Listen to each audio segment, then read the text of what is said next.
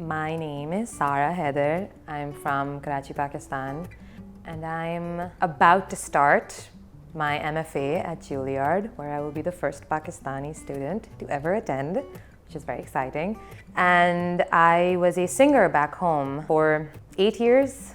In South Asia and globally, as far as I've seen, education is the key to freedom for a woman. Education is the way to get that job that you want, to surpass nepotism, to get your foot in the door, because people can dismiss you, and they do constantly. People can dismiss you as a young woman in a country like Pakistan or India. They can't dismiss Juilliard. They can't dismiss Yale. They can't dismiss Cambridge. I mean, it's basically branding, because these are big businesses, but it sort of makes you undeniable. And that's basically why I did it. It's because a lot of people who were getting opportunities that I wanted were sort of the daughters and the sons of, you know, people in the media and celebrities and producers. And I'm never going to change where I come from, but education is the way to change where you can go, especially for women.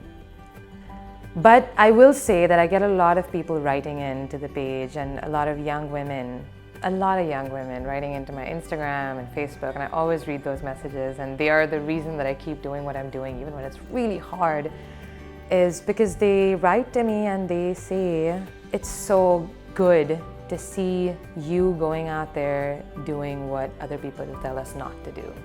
It's very scary because when you break the rule, you know, if the rule is, oh, no career in arts and cannot be on stage in front of men, and bad things will happen, right? Those are the rules.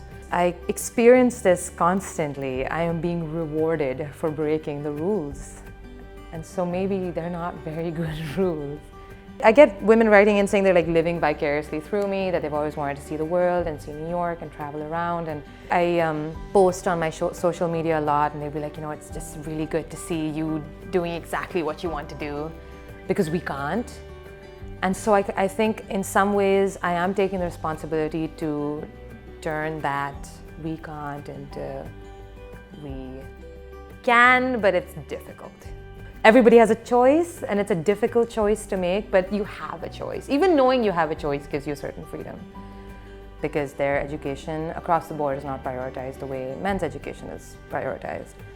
I went to Zabist, which is a small college in Karachi. Some of the smartest women I've met were at Zabist, but before, like, by the time I graduated, half our graduating class had gotten married, not completed their education. This is a very, very common theme back home, where even women who start college, their families will pull them out of college and be like, okay, you need to get married. And so I think where Empower comes in, is that these women, the only way that they can continue their education is if they can tell their families, okay, we're funding it ourselves, we don't need your permission. That's the way it was for me. If I had gone up to my dad and been like, I need $40,000 to study Shakespeare, he'd have been like, okay, bye. No, thank you. But the fact that I was lucky enough to get famous and make a lot of money on my own was the only reason I've been able to do this. Funding agencies like Empower are literally, I think, the one shot that we have. So with a Desi family, Desi is like brown.